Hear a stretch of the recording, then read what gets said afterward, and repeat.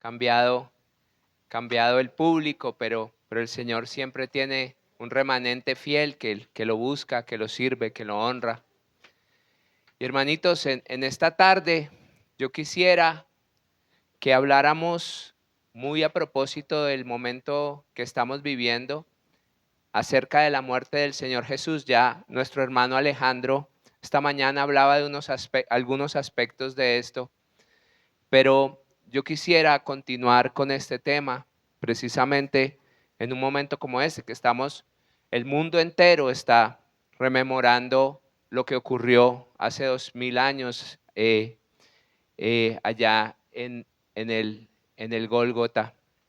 Y es curioso porque muchas veces la mayoría de las personas y en la religión tradicional es curioso ver cómo precisamente lo más importante que se celebra es quizás lo más ausente de su celebración. Vemos que hay una serie de procesiones, santos, y realmente se pasa por alto lo que realmente es importante y lo que realmente deberíamos estar recordando. Por eso, qué bueno que nosotros, teniendo esta oportunidad, aprovecháramos para escudriñar un poco la palabra, para ver qué es lo que nos dice la palabra, porque eso es lo que a nosotros nos separa, el hecho de que nosotros realmente no nos adherimos a tradiciones de hombres, sino a la palabra de Dios, ¿no? Y entonces vamos a ver qué es lo que dice la palabra de Dios acerca de este momento. Pero antes de eso, vamos a orar, vamos a poner este tiempo en las manos del Señor. Gracias, Padre amado, Señor, gracias. Hermanos, vemos cómo todo en la vida de nuestro Señor Jesucristo pertenece realmente al reino de lo extraordinario. Su nacimiento virginal, marcado por una estrella y celebrado por ángeles. Su vida sin pecado, que lo separa del resto de los hombres.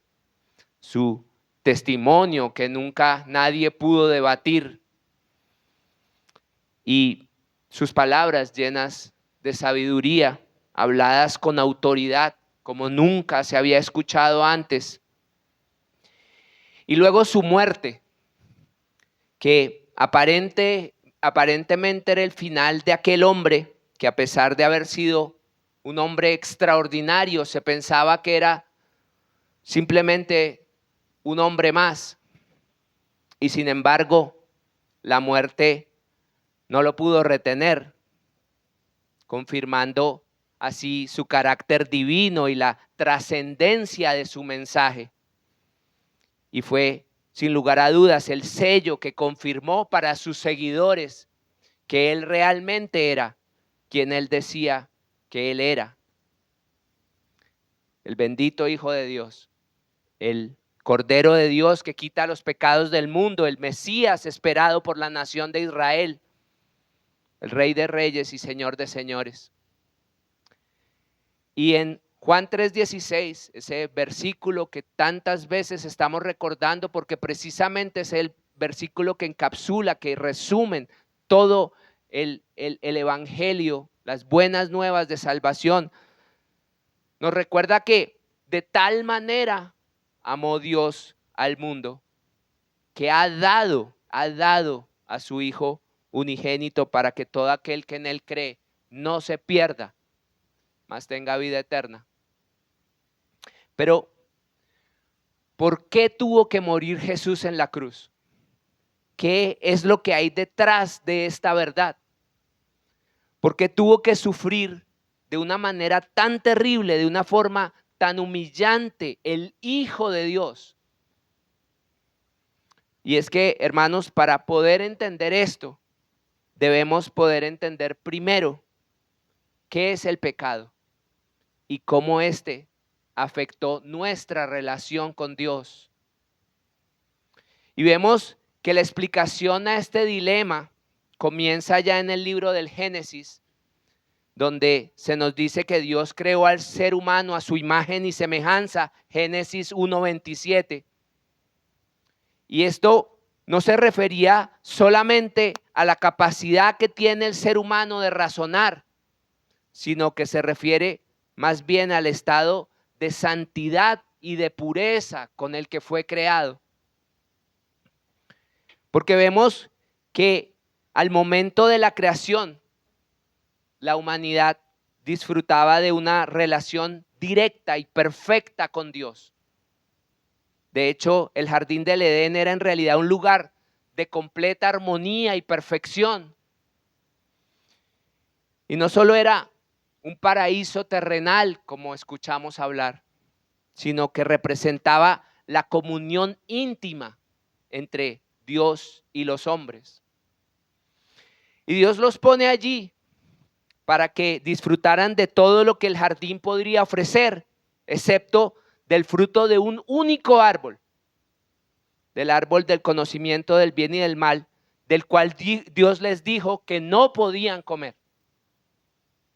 Y esta restricción no era simplemente un capricho por parte de Dios, sino que fue en realidad un acto de libertad, porque Dios no deseaba esclavos ni robots, sino que deseaba seres humanos libres que lo amaran y lo obedecieran por elección. Pero, como sabemos, la historia termina dando un giro trágico. Y cuando la serpiente, Satanás, engaña a Eva, instándola a desobedecer a Dios, y Eva, en lugar de confiar en las palabras de su creador, decide probar el fruto prohibido, y Adán también termina participando de aquel acto de desobediencia. Y que fue el primer pecado de la humanidad, termina siendo definitivo y termina teniendo unas consecuencias devastadoras, no solo para Adán y Eva, sino para toda la humanidad. Porque el pecado no fue un simple error, una pequeña desobediencia sin consecuencias, sino que fue una ruptura total de nuestra relación con Dios y una separación permanente de Él. Romanos 3:23 nos habla de esto, cuando nos dice, por cuanto todos pecaron, todos están destituidos de la gloria de Dios. Y el pecado de Adán y Eva representó una traición a la confianza de Dios y un acto supremo de rebelión que introdujo al mundo no solo la muerte física, sino además la muerte espiritual. Porque a partir de ese momento el ser humano queda separado de Dios, porque Dios por naturaleza, como hablamos esta mañana, es santo y no puede estar en presencia del pecado. Y en realidad, habría sido el destino de toda la humanidad si no hubiera sido por la intervención divina en la persona de nuestro Señor Jesucristo. Porque vemos que las consecuencias de este acto de desobediencia fueron inmediatas y severas. Dios confronta a Adán y Eva y a la serpiente y son expulsados del Edén, perdiendo el acceso al árbol de la vida, lo que significaba que la muerte ahora sería parte ineludible de la existencia humana. Y es precisamente este alejamiento de Dios por el pecado, esta separación de Él, lo que define la condición humana, lo que nos define a nosotros como seres humanos. Y es la razón por la cual la humanidad necesitaba un Salvador.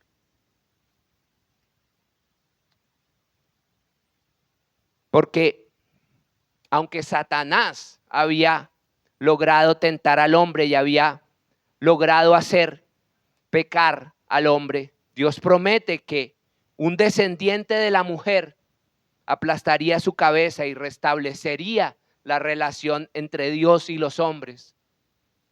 Pero mientras llegaba ese día,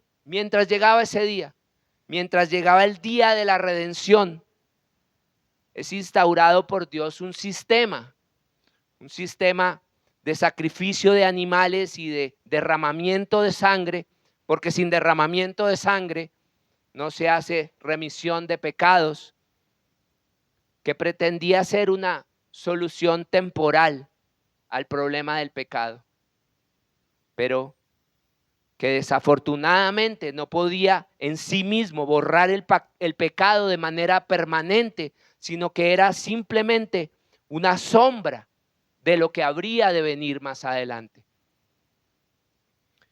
Y cabe preguntarse entonces, ¿qué clase de sacrificio podría satisfacer las demandas de la justicia de Dios y al mismo tiempo traer la reconciliación entre Dios y los hombres de manera definitiva? Y la respuesta es un sacrificio perfecto, un sacrificio sin mancha, un sacrificio que pudiera expiar los pecados de la humanidad de una vez y para siempre. Y esa era precisamente la expectativa del pueblo de Israel con el Mesías, la de un Salvador que pudiera cumplir con el plan de redención de Dios. Y vemos ya en el Nuevo Testamento que aparece la figura de Jesús de Nazaret, quien era en realidad el cumplimiento directo de todas las profecías mesiánicas, como hablábamos esta mañana también, que se habían escrito acerca de él. El Hijo de Dios, concebido por el Espíritu Santo, nacido de una virgen, sin pecado y sin mancha, quien desde su nacimiento y a lo largo de toda su vida demostró una autoridad sin precedentes, habiendo tenido la disposición para cumplir en obediencia el papel de siervo sufriente que profetizaba Isaías, llevando sobre sus hombros el pecado de la humanidad. Isaías 53:5 nos lo recuerda, que Él herido fue por nuestras rebeliones, molido por nuestros pecados, el castigo de nuestra paz fue sobre Él, y por su llaga fuimos nosotros curados. Y aunque muchos esperaban que el Mesías trajera consigo una revolución política y social, Jesús demostró que su misión era mucho más profunda y trascendental, porque Él en realidad había venido era a morir por los pecados del mundo y a traer la redención a la humanidad. Y la cruz fue el centro de ese plan de redención. Porque desde una perspectiva humana, hermanos, la cruz no era más que un instrumento de ejecución reservado para los criminales más despreciados de la sociedad. Y visto así, como lo veían los judíos, la muerte de Jesús en la cruz fue en realidad un fracaso monumental. Pero en el plan de Dios, la cruz era mucho más que un instrumento de tortura. Era el lugar donde la justicia divina y la misericordia se habrían de encontrar. Porque el pecado exigía justicia. Dios es 3 veces santo y en su naturaleza no puede coexistir con el pecado, lo que representa un problema enorme, enorme para el ser humano. Porque si Dios es justo, debe castigar el pecado. Pero si solo castiga, la humanidad estaría completamente condenada. Y es allí donde empezamos a concebir un concepto clave, la gracia de Dios, que es un favor totalmente inmerecido para unos pecadores consumados como nosotros. Porque la justicia de Dios demanda que el pecado sea castigado, porque la paga del pecado es muerte. Sin embargo, el amor de Dios siempre busca que el pecador pueda ser restaurado. Juan 3:17, porque no envió Dios a su Hijo al mundo para condenar al mundo, sino para que el mundo sea salvo por él. Pero desde la perspectiva humana, estas dos cualidades, la justicia y la misericordia, son imposibles de reconciliar. Si Dios perdona sin castigar, sería injusto. Pero si castiga sin perdonar, su amor no tiene lugar. Entonces, ¿cómo podría Dios ser justo y al mismo tiempo misericordioso? Y la respuesta es la cruz. Porque Jesús, siendo completamente divino y completamente humano, era el único que podía reconciliar en él la justicia y el amor de Dios. Porque al ser 100% humano, podía representarnos a nosotros llevando sobre sí nuestros pecados, y al ser 100% Dios, era el único que tenía la capacidad de ofrecer un sacrificio que fuera infinito y perfecto. Segunda de Corintios 5:21 nos recuerda que al que no conoció pecado, por nosotros lo hizo pecado, para que nosotros fuésemos hechos justicia de Dios en él. Y mientras colgaba en la cruz, escuchó a Jesús exclamar: Dios mío, ¿por qué me has desamparado? Y esto es clave, porque nos habla de que Jesús, que por siempre había tenido una comunión perfecta con el Padre, ahora se encontraba apartado de él, porque se encontraba cargando sobre sus hombros el peso total del pecado de los hombres. Y es en ese instante que nuestro Señor y Salvador no solo sufrió el brutal castigo físico de la crucifixión, sino que además sufrió la enorme carga espiritual de verse apartado del Padre. Y esto no solo subraya el increíble amor de Dios por nosotros, hermanos, sino que también nos muestra el costo inimaginable que tuvo nuestra redención. Sin embargo, lo que parecía una derrota fue en realidad la victoria más grande de la que se hubiera escuchado jamás. Al morir Jesús pudo cumplir plenamente con las demandas de la justicia de Dios, y como resultado, aquellos que hemos puesto nuestra fe en Él, hemos sido perdonados y reconciliados con Dios. Porque antes de la cruz éramos enemigos de Dios, separados de Él por nuestros delitos y pecados. Pero después de la cruz, aquellos que hemos creído, hemos sido hechos hijos de Dios, adoptados por el mérito de la sangre de nuestro Señor Jesucristo.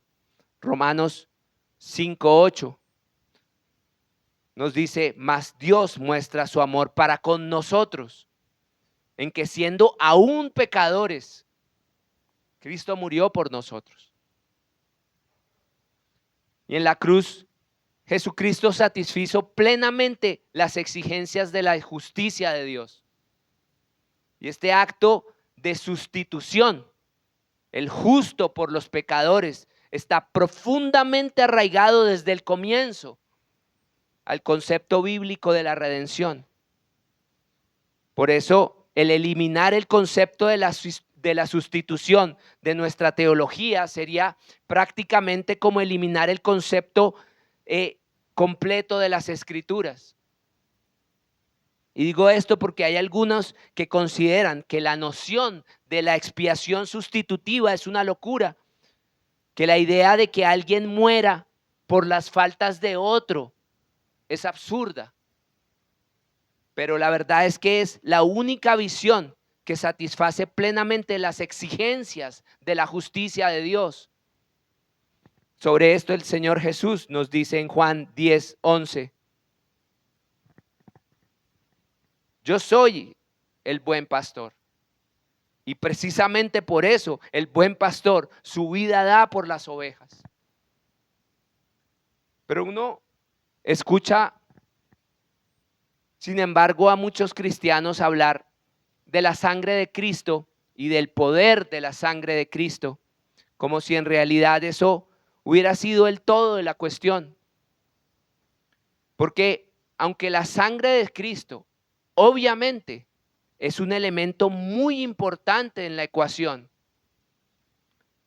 Porque sin derramamiento de sangre, como decíamos, no se hace remisión de pecados. Deberíamos poder imaginar por un momento qué hubiera pasado si Jesús hubiera bajado del cielo y solo se hubiera hecho una pequeña herida en el dedo con un clavo. ¿Habría bastado eso como expiación? Porque eso es derramamiento de sangre y es la sangre de Jesús. Pero obviamente la respuesta es no. No hubiera bastado porque era necesaria además la muerte de aquel que derramaba su sangre. Porque la paga del pecado es la muerte.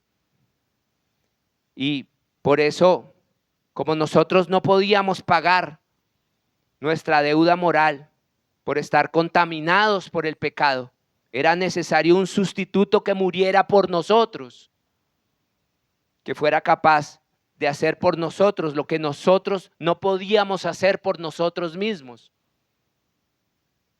Cerca de esto, Pablo le escribe a Timoteo en Primera de Timoteo 2:5, para que recordara que hay un solo Dios, pero además un solo mediador entre Dios y los hombres, Jesucristo hombre. Y podemos ver en las Escrituras que en el momento en que Jesús exhaló su último aliento, el mundo entero respondió de manera sobrenatural. Era como si la misma creación estuviera reaccionando con violencia a la muerte de su creador. Y nos dice la palabra que un terremoto se desató rompiendo las rocas, como si la naturaleza misma se estremeciera ante la pérdida del Hijo de Dios. Porque aunque los corazones de los hombres en aquel momento no reaccionaron ante los gritos angustiosos del Redentor moribundo, las rocas sí lo hicieron. Las rocas se resquebrajaron y clamaron, a pesar de que Jesús no había muerto por ellas. Y en aquel momento demostraron una mayor sensibilidad que la que tuvieron los seres humanos, por quienes Jesús sí había muerto. Y el sol, que debía haber estado en ese momento brillando a su máxima expresión, de repente se oscureció por completo. Y no fue el oscurecimiento lento de una tormenta que se aproxima, sino que fue una oscuridad absoluta, instantánea, sobrenatural. Y no era un eclipse. Era imposible que hubiera un eclipse durante una luna llena. Aquello no era un eclipse, era algo completamente distinto, porque la Pascua se celebraba siempre, precisamente durante la fase de luna llena, lo cual hacía imposible un eclipse solar. Y los escribas lo sabían, los romanos lo sabían, todos los que contemplaban aquel cielo ennegrecido sabían que estaban presenciando algo que iba más allá de lo natural. Y vemos que las Escrituras ya habían profetizado siglo antes acerca de esto. Amós 8:9 nos dice: acontecerá en aquel día, dice Jehová el Señor, que haré que se ponga el sol a mediodía y cubriré de tinieblas la tierra en el día claro. Mateo nos dice que desde la hora sexta, el mediodía, hasta la hora novena, a las 3 de la tarde, la oscuridad cubrió toda la tierra. Y aquello no fue, hermanos, una oscuridad cualquiera. Fue la oscuridad del juicio divino, la sombra de la ira de Dios cayendo sobre el pecado. Mientras que Jesús, que era la luz del mundo, se apagaba lentamente. Era como si la creación entera estuviera conteniendo la respiración. Y mientras el cielo se lamentaba, la tierra se estremecía. Al principio fue algo sutil, un temblor que llevó a las mujeres que miraban desde lejos a bajar la mirada desconcertadas, pero luego se volvió algo mucho más intenso. Las tumbas empezaron a abrirse, Piedras antiguas que habían permanecido selladas por siglos empezaron a abrirse de repente. Era como si la muerte misma estuviera siendo desafiada. Y dentro del templo, el velo que separaba el lugar santo del lugar santísimo se rasgaba por la mitad, de arriba abajo, como si una mano invisible lo estuviera rasgando. Aquel tapiz de casi 10 centímetros de grosor. El velo que representaba la separación entre una humanidad pecadora y un Dios santo quedaba roto. Y el lugar santísimo, el espacio más sagrado sobre la tierra, el lugar donde habitaba la presencia de Dios, quedaba completamente expuesto. La barrera que separaba a Dios de los hombres desaparecía. ¿Y qué significaba esto? El escritor de Hebreos, en Hebreos 10, 19 y 20, nos lo explica.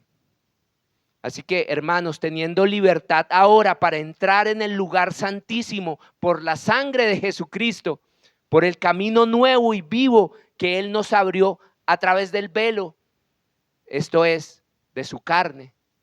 Y es que aquel velo no solo representaba tela rasgada, sino que representaba el cuerpo de Cristo que había sido quebrantado por nosotros. Y ahora esa puerta de separación había sido abierta, la barrera había sido removida, el camino había quedado despejado.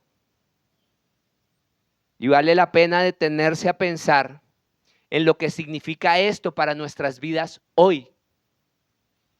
Que cuando oramos, ya no estamos hablándole a un Dios lejano que quizás nos escuche o no, sino que estamos entrando a la mismísima presencia de Dios por los méritos de la muerte de nuestro Señor Jesucristo.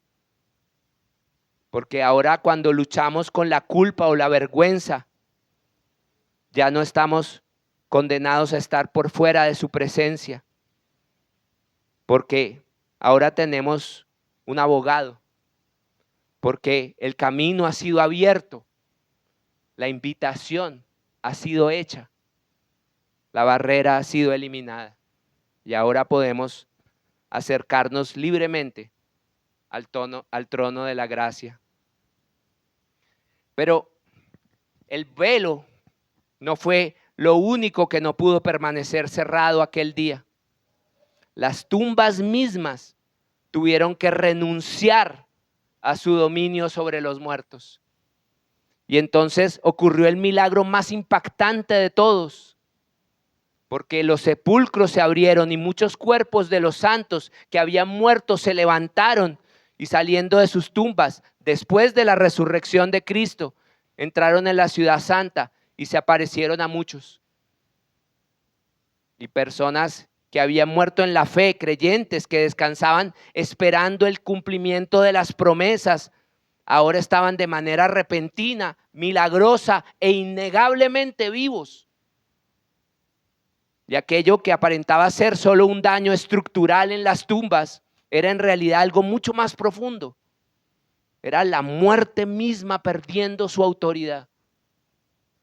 Y el profeta Ezequiel ya lo había previsto en la visión del valle de los huesos secos, donde Dios preguntó si podrían volver a vivir aquellos huesos secos y soplando aliento sobre ellos los hizo volver a la vida.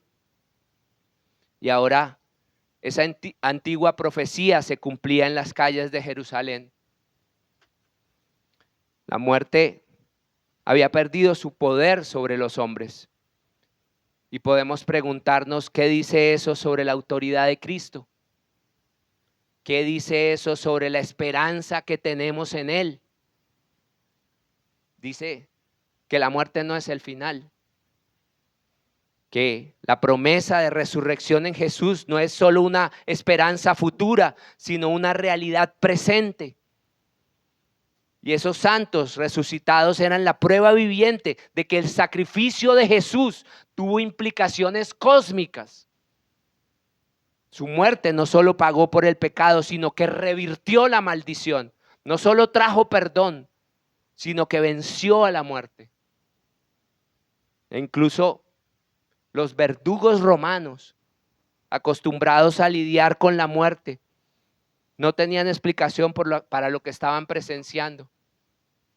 Y el centurión y los soldados que custodiaban a Jesús, que presenciaron el terremoto y los sucesos que lo acompañaron, que vieron la oscuridad al mediodía, las piedras partidas, las tumbas abiertas, y especialmente que vieron la manera en que Jesús murió, no con gritos de maldición y desesperación, sino con palabras de perdón y de entrega.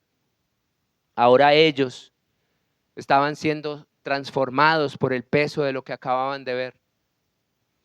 Aquellos soldados endurecidos que habían supervisado innumerables ejecuciones, que habían visto a miles de hombres morir de todas las maneras posibles, sabían que estaban presenciando algo completamente distinto. Mateo 27:54 nos dice que el centurión y los que estaban con él guardando a Jesús, visto el terremoto y las cosas que habían sido hechas, temieron en gran manera y dijeron: verdaderamente, este era hijo de Dios.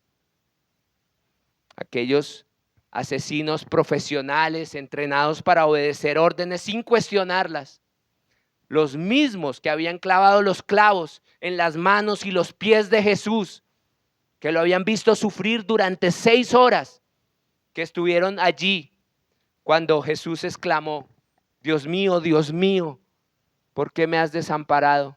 Ahora, después de haber sido testigos de todas estas señales sobrenaturales, sentían que algo dentro de sus almas se quebraba. Ellos que habían presenciado la muerte de miles, no habían visto nunca a alguien como él. Alguien capaz de orar al Padre pidiendo por sus verdugos. Alguien que le dijera al Padre en medio de su agonía: perdónalos, porque no saben lo que hacen. Alguien capaz de conservar la paz en medio del dolor. Alguien cuya muerte hiciera temblar la tierra. Por eso sus palabras: verdaderamente este era hijo de Dios, no fueron solo una observación casual, fueron una confesión, una adoración, un testimonio de unos hombres cuyo mundo entero y cuya completa visión de la vida acababa de ser completamente transformada. Y esta es una de las ironías más bellas de toda la Escritura, que los hombres que habían ejecutado la sentencia ahora proclamaban la divinidad del crucificado. Las manos que clavaron los clavos ahora temblaban con reverencia. Las voces que gritaron insultos ahora hablaban palabras de fe. La gracia había alcanzado a los verdugos, y quienes parecían estar más lejos que nadie de la misericordia de Dios habían sido transformados por ella. La escena de la crucifixión de Jesús había sido tan extraordinaria que incluso aquellos hombres con su corazón endurecido tuvieron que reconocer que Jesús era el Hijo de Dios. Los mismos ojos que habían visto el sufrimiento del justo ahora veían en él a su Salvador. Y ese centurión y esos soldados que lo acompañaban en realidad nos representan a todos, porque todos somos cómplices en la muerte de Jesús, porque fueron nuestros pecados los que lo llevaron a la cruz.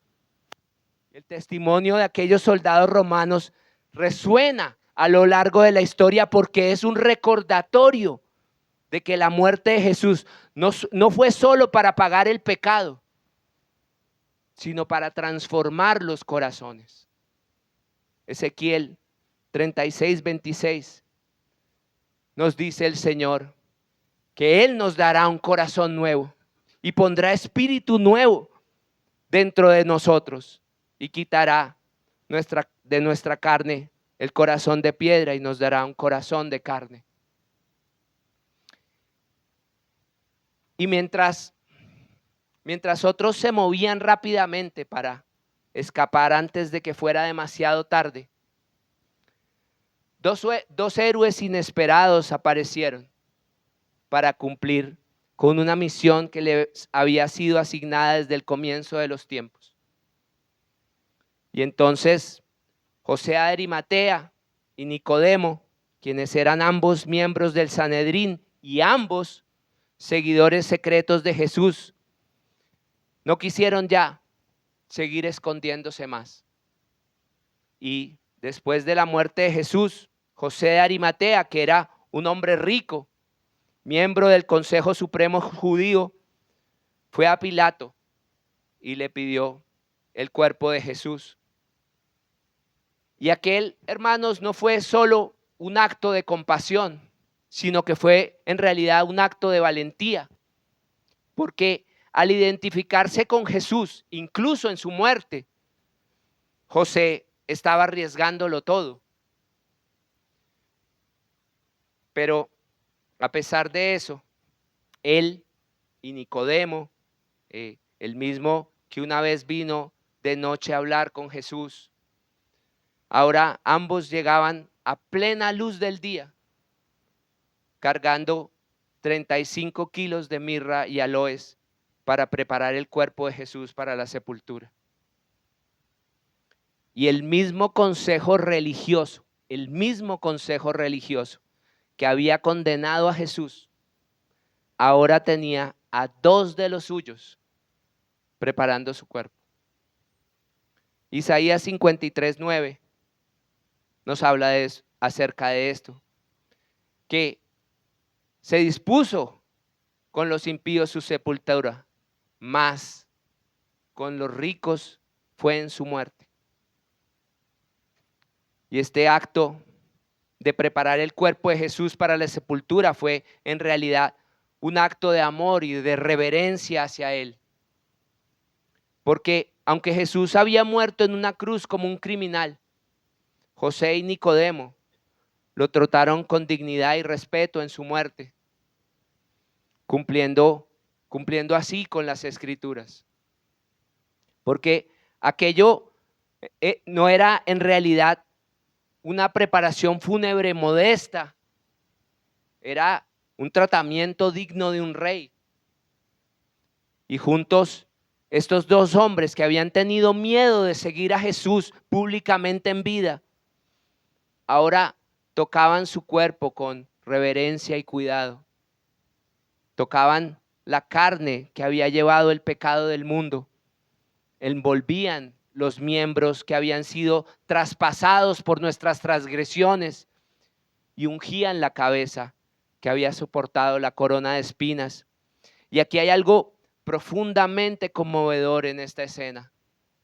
Estos hombres que estuvieron en silencio durante el juicio de Jesús, que no aparecieron en el Gólgota durante la crucifixión, ahora se presentaban con humildad y devoción para su entierro. Y envolviendo el cuerpo de Jesús en un lienzo limpio, lo pusieron en un sepulcro que había sido excavado en la roca, en donde no había sido puesto nunca antes nadie. Y rodando una gran piedra frente a la entrada, la sellaron según la costumbre judía y se marcharon. Se marcharon pensando que su último acto de devoción hacia él había terminado. Pero aún muerto, Jesús era una gran amenaza para la casta sacerdotal, porque aún habiéndolo silenciado con la muerte, sus palabras sobre la resurrección los seguían persiguiendo. Ellos tenían tanto miedo de que su promesa de resucitar se hiciera realidad, que exigieron a Pilatos un escuadrón de guardias romanos y un sello oficial para asegurar su tumba. Y la tumba fue asegurada con lo mejor que el poder militar romano podía ofrecer, porque romper el sello oficial significaba la pena de muerte. Mateo 27, 65 y 66 habla de esto cuando Pilato les dice a ellos: ahí tenéis una guardia, id y aseguradlo como sabéis. Entonces ellos fueron y aseguraron el sepulcro, sellando la piedra y poniendo la guardia. E hicieron todo lo humanamente posible para asegurarse de que Jesús permaneciera muerto. Sellaron la tumba no solo con piedra y cera, sino con toda la autoridad del Imperio Romano. Querían silenciar lo que no podían controlar, pero ahí radica la ironía más grande de todas, porque en realidad, con cada medida que tomaron, lo único que hicieron fue hacer que lo que estaba a punto de ocurrir fuera aún más irrefutable. Porque cada intento que hicieron por prevenir la resurrección terminó fue por autenticarla, demostrar que había sido cierta. Pero vemos que hay otro detalle de la muerte de Jesús que a veces pasa desapercibido. Porque sí, la mayoría conocemos la historia de la muerte de Jesús, pero en realidad, hermanos, es muy poco lo que se estudia acerca de todos esos sucesos sobrenaturales que ocurrieron alrededor de su muerte. Pero, ¿qué pensaríamos si supiéramos que la mayor batalla que Jesús libró en realidad no ocurrió en la cruz, sino en el silencio que le siguió? Porque la mayoría de los cristianos conocemos bien los sucesos del viernes, las espinas, los clavos, los insultos, la sangre. Y nosotros ciertamente nos regocijamos con lo que ocurrió el domingo, la piedra removida, el Salvador resucitado, la esperanza de la vida eterna. Pero ¿qué hay del sábado? ¿Qué fue lo que ocurrió entre la cruz y la resurrección? Porque vemos que rara vez se habla de esto. Pero entre las espinas del viernes y la piedra removida del domingo, en realidad ocurrió algo que sacudió completamente el mundo espiritual. Porque a donde Jesús fue, nadie había podido regresar en gloria. Pero ¿a dónde fue? Porque lo que sucedió entre la cruz y la resurrección no fue simplemente una pausa, un silencio de parte de Dios, sino que fue en realidad una proclamación de victoria. Porque cuando Jesús exhala su último aliento en la cruz, Él no deja de existir como se hubiera podido pensar. Su cuerpo se queda en la tumba, pero su espíritu tenía un destino ya programado.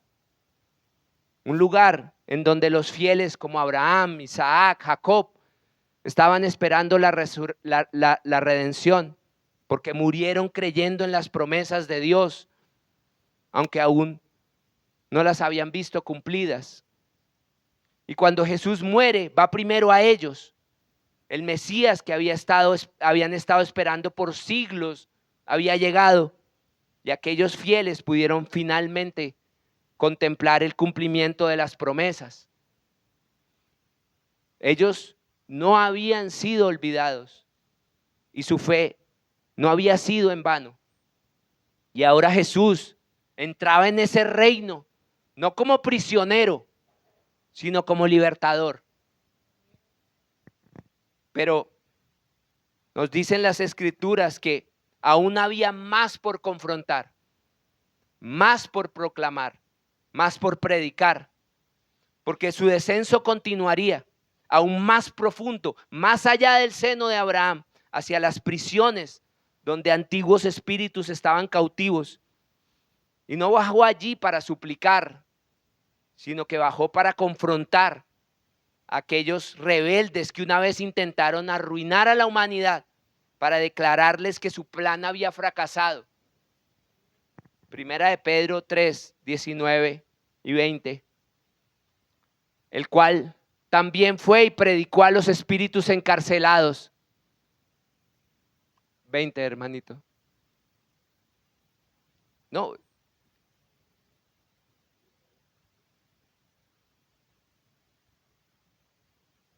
Los que en otro tiempo desobedecieron. Y Efesios 4, 8 y 9. Por lo cual dice, subiendo a lo alto, llevó cautiva la cautividad y dio dones a los hombres.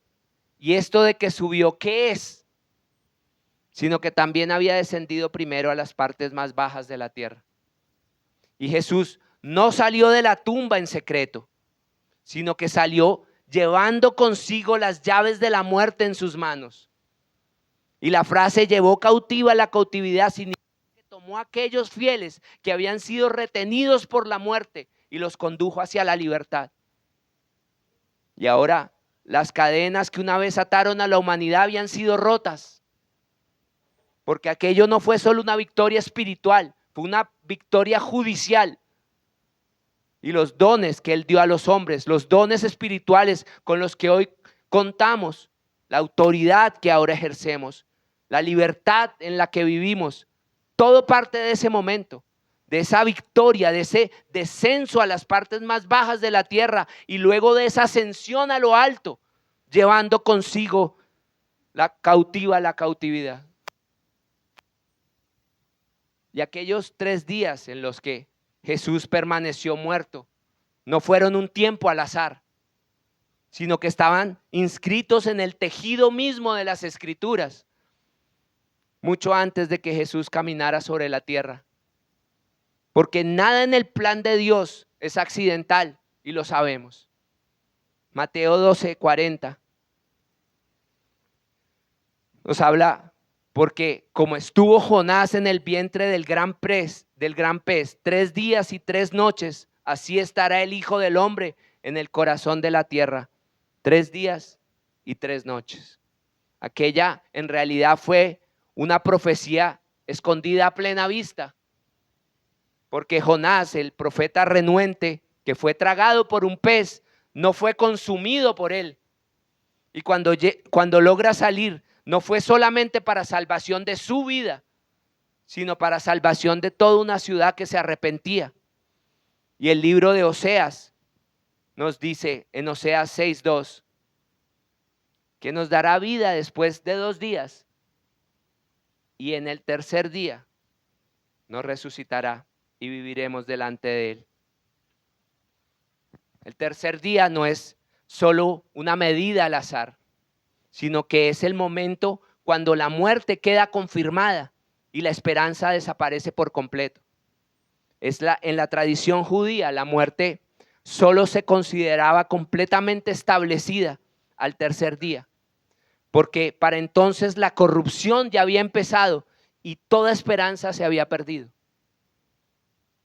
Recordemos, hermanos, lo que le dice Marta, la hermana de Lázaro, a Jesús. Juan 11:39, cuando Jesús les dice, quitad la piedra, Marta, la hermana del que había muerto, le dice, Señor, hiede ya. ¿Por qué? Porque es de 4 días. Por eso cuando Jesús espera para ir a Lázaro el tercer día, es precisamente porque el mundo necesitaba certezas. Jesús no estaba demorando porque sí, sino que estaba esperando que se confirmara la muerte para que nadie pudiera negar la resurrección. Pero a Jesús mismo la muerte no lo podía tocar. Salmos 16:10.